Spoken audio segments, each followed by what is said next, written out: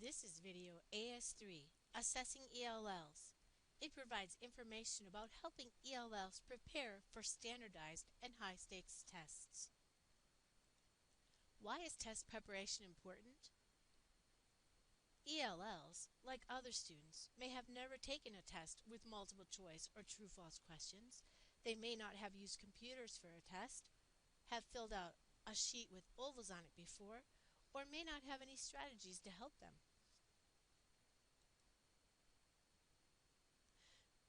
Students need to understand three main things.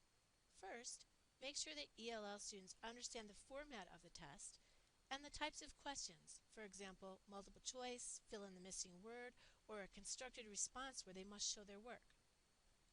On some exams, students are given a test booklet with certain pages marked for their draft writing, and then they are supposed to write their final response on designated pages.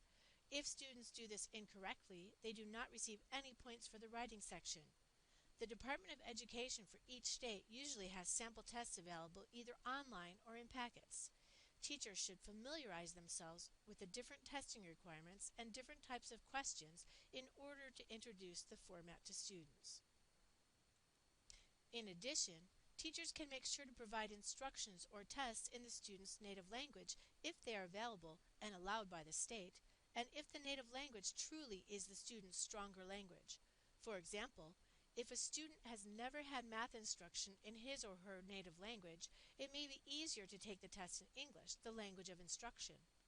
The reverse is also true. If a student has studied a subject in the native language, it will be beneficial to take the test in that language, if it is available.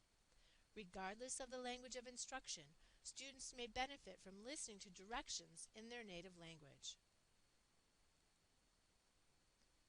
For test processes, help ELL students recognize that it is okay to skip questions if they find them too difficult and return to them later if they have time. This is a simple strategy, but without this knowledge, an ELL student may spend too much time on one question and lose valuable points on questions they could have answered more easily. Also, students need to practice and understand how to fill in ovals completely. Test givers are not allowed to fix incompletely filled ovals, so students could lose points if they don't fill them in well. Ask students to give evidence for their answers in daily classroom discussions. This gets students into the habit of examining their own thinking and recognizing the need to link ideas to content. This is helpful on a test where they may need to explain why they chose a certain answer.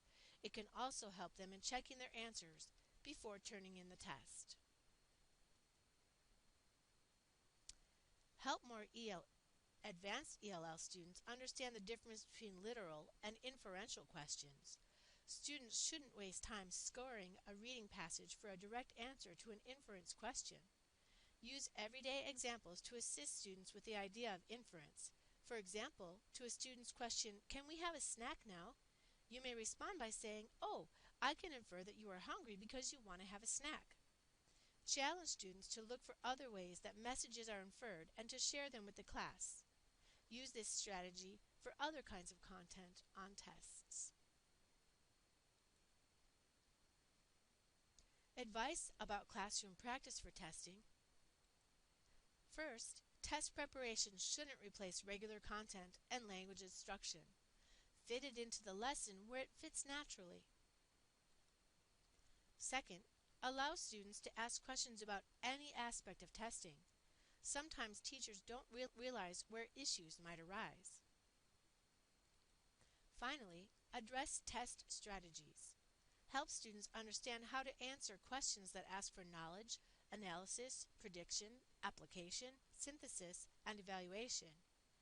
Use mnemonic strategies in class and show students how to apply them to potential test responses. What do you understand from this video?